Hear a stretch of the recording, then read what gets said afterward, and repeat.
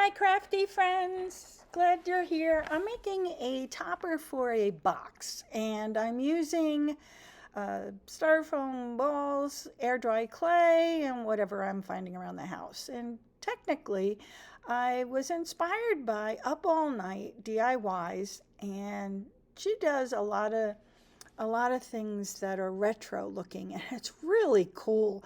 I'll put a link in the description below so that you can go and check them out when you're done with this video.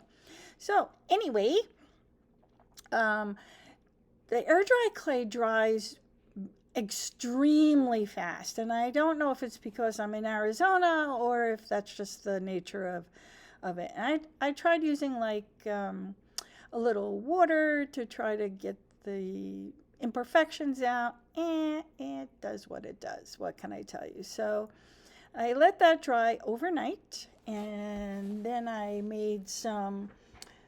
painted some flesh tone for the poor little guy. See, I'm trying to get rid of some stuff in there. Anyway, you really have to be very careful. The thing I found with doing this was that you get air in between the styrofoam ball and the clay, and trying to get out the air bubble sort of makes the clay come away from the styrofoam. And these styrofoam balls nowadays are not like back in the day when they had some grippiness to it. These are very, or maybe it's the kind of balls I'm getting. I have no idea.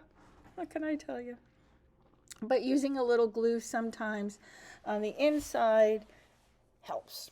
And I painted it with some flesh tone acrylic paints, and if you're interested in my showing you how I can get different colored flesh tones, darker or lighter, depending upon how you mix it together. And if you're interested, just leave me a comment below and I'll make a video on that. I think I've done one before, but it's really old.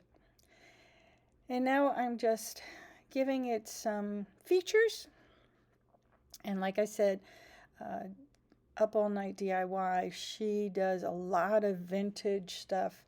And if you're, I don't know, if you're into that stuff, her things are really cool. And she's pretty accurate on the stuff she makes. So, and they're cute.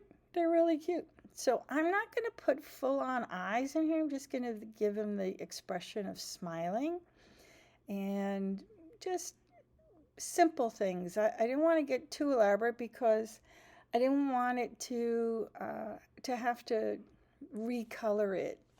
It was just something I'm playing with. And that's what I hope this channel does for you, is it inspires you to just play and have fun and do stuff. I know most of the time we're making cards, things that are actively useful, but the most fun that I have is when I'm just making something. I have an idea and I'm just making something out of nothing, and that's what I feel like this is.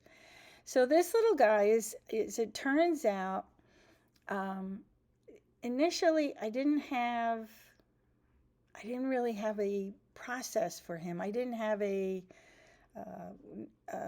like a sketch of what I wanted him to be.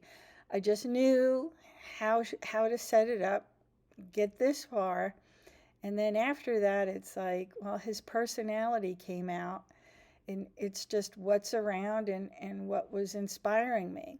So after this, I'm going to be making his crown.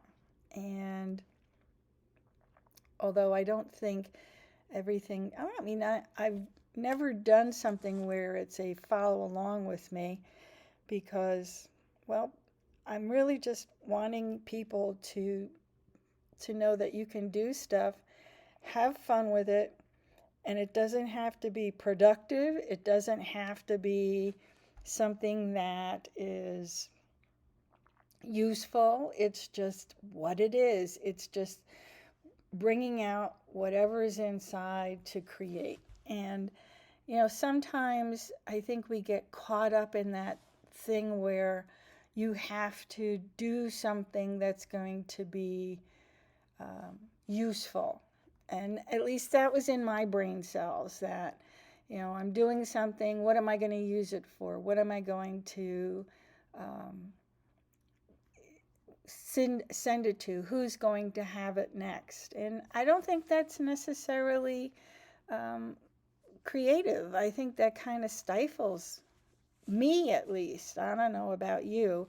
I don't know. What about if you are a creative? How does that affect you? Do you feel like you always have to do something that has to be productive for somebody or useful for somebody?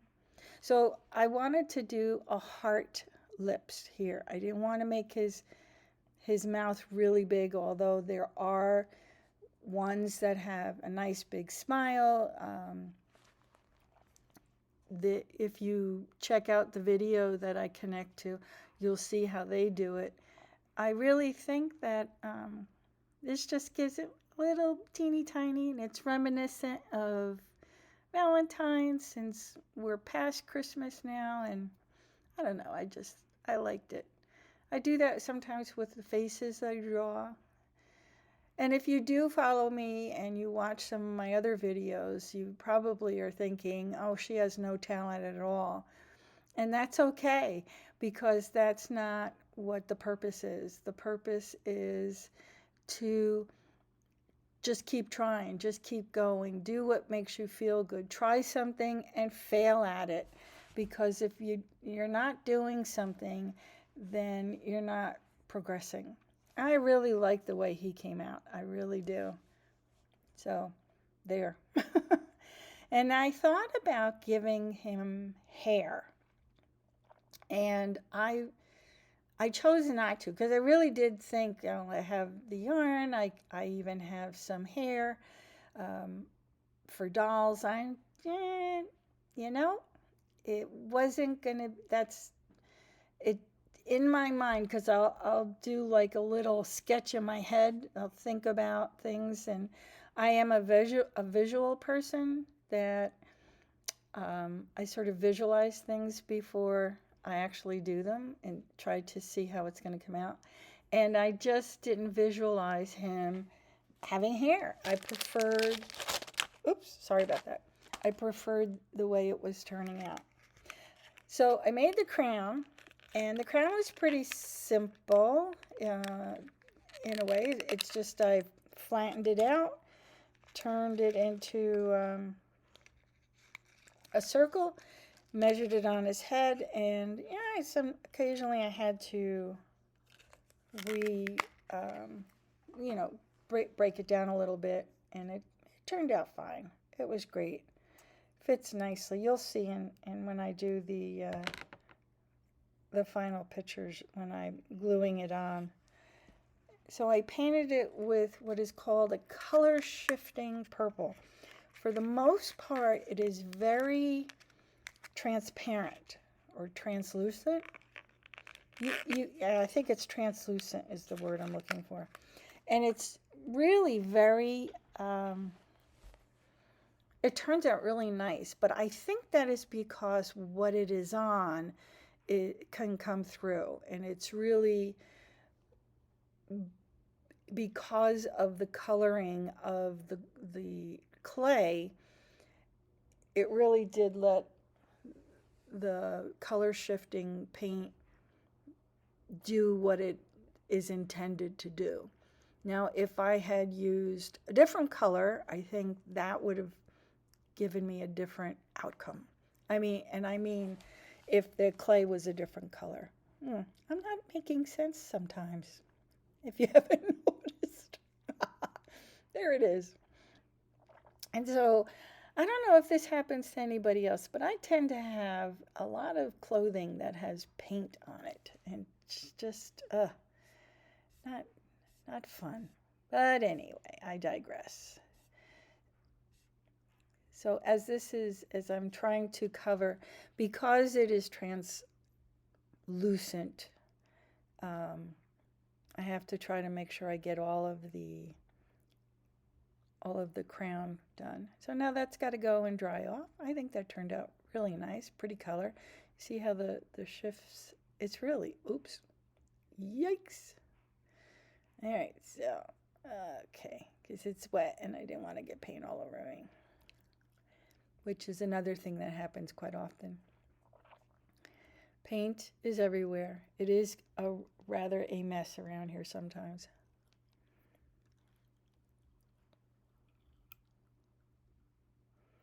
All right. Oh, yes. So the bottom, when I made the bottom, that's on another I sliced a styrofoam ball in half, covered it with clay, painted it in what I call was a royal color. And see how he's going to turn out. He's going to look really cute. And I think it just makes sense that he doesn't have hair. I like the way he looks like this. And getting my hot glue gun to warm up. And first time I do this, it's I have to push the new glue stick to get the glue to come out, and it's still a little cold here, which is why it's taken a little time. And then I didn't like the way that was working, so when it finally started coming out, you could see it's it gets all over the place. And then I have to fix it because it sort of, the crown does not fit him in a way that all sides touch the head. So I have to renegotiate the hot glue. You're going to see here. So I put hot glue all around to sort of find a spot that sits against his head and holds it in place. But the glue ended up coming, you could see it, and that didn't make me happy. And I don't know if I show you, but then I start pulling the strings and I can see where it's not touching, and I don't want it to be a part of, his aesthetic. So I have to take the stuff that doesn't sit right off, and it turns out, well, everything came off. And then I had to really think it through a little better. And I think this is the whole process about, trying something out. And I decided that I would put the crown on and then put some glue inside so that it would hide it a little better. And I only hit where I can actually see the two pieces touching each other, and that worked out a little better. So you'll see what it's going to happen now. So I'm looking in the one side, hitting it, and then the other side, and I think that works out, considering. Plus I still have to try to negotiate the glue stick to push out glue. And what happens with these smaller ones is they start to fall over, and I have to use my chin to push on it. It worked eventually.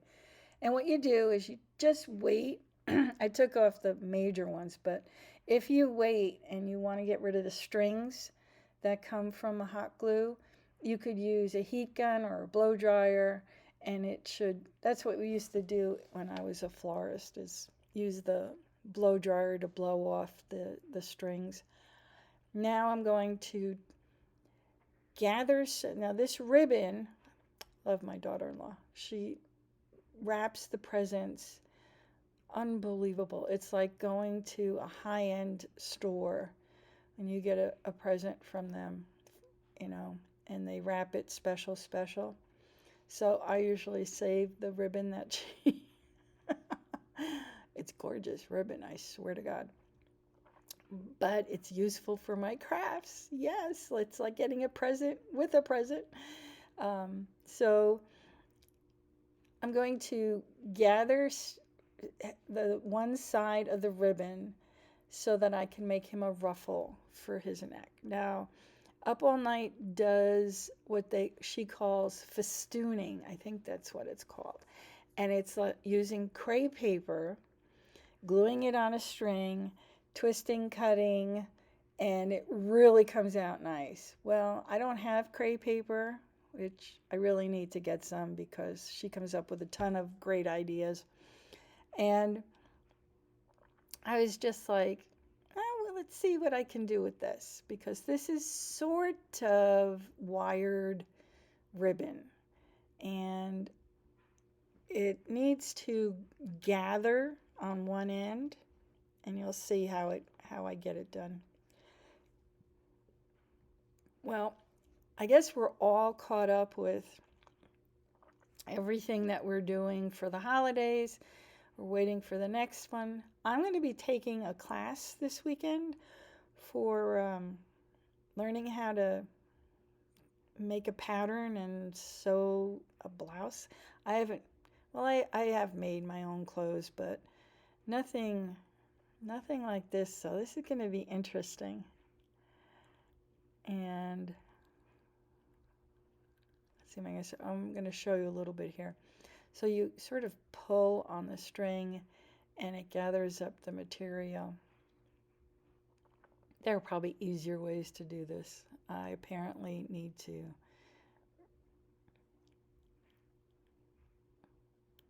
make it difficult, or at least it looks difficult.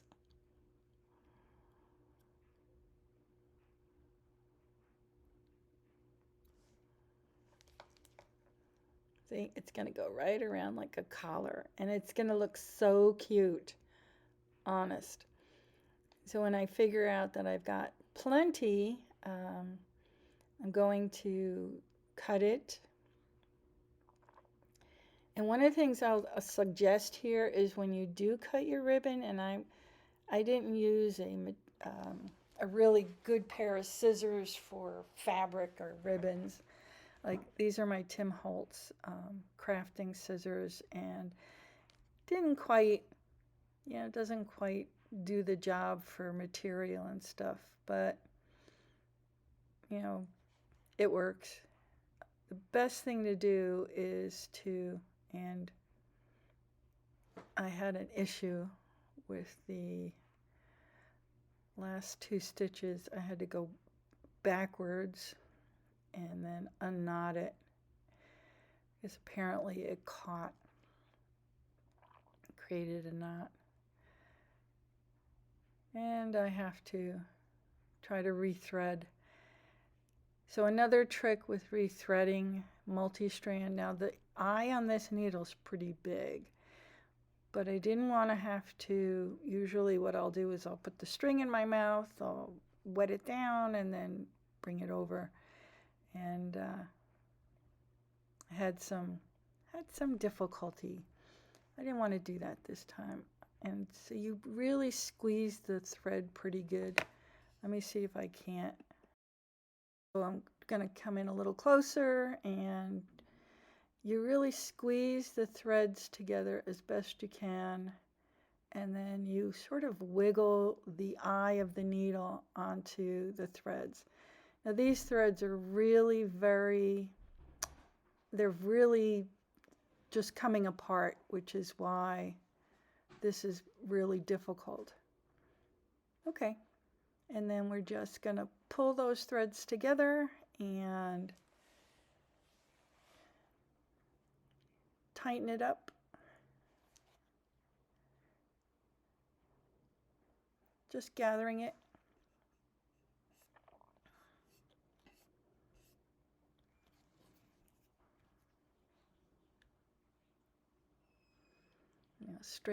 Straightening the other side ribbon. See how it's not really doing a great job. But then we'll pull it really tight, because the neck of the little character is really tiny, so we don't need very much.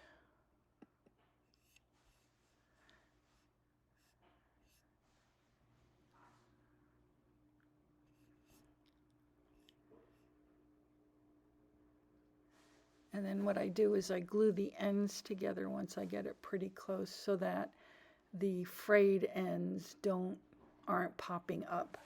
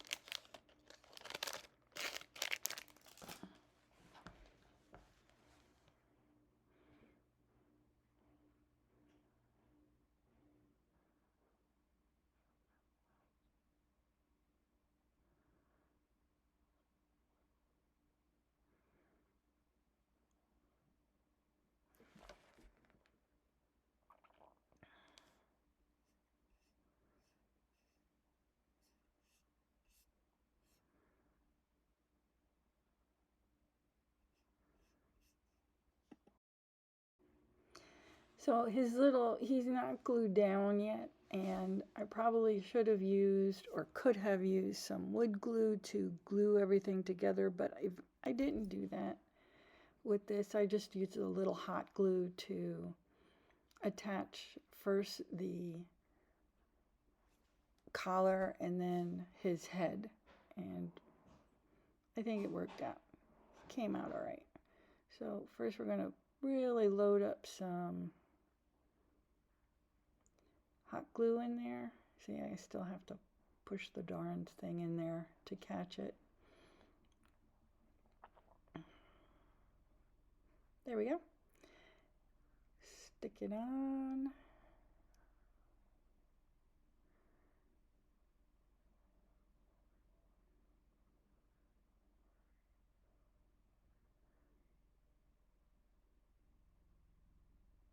It kind of hurt, but that was all right. Not a big deal.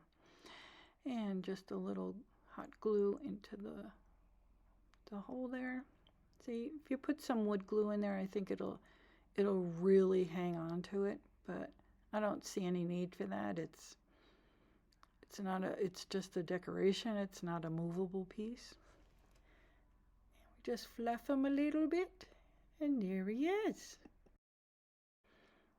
And I hope you enjoyed watching me create my little king, and you will see him probably later on at the end, but I hope you'll watch the next video, which is going to be making a box with steampunk